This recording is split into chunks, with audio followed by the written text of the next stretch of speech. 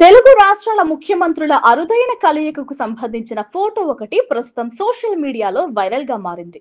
విదేశీ పెట్టుబడుల కోసం తెలంగాణ సీఎం రేవంత్ రెడ్డి విదేశాల్లో పర్యటిస్తున్నారు.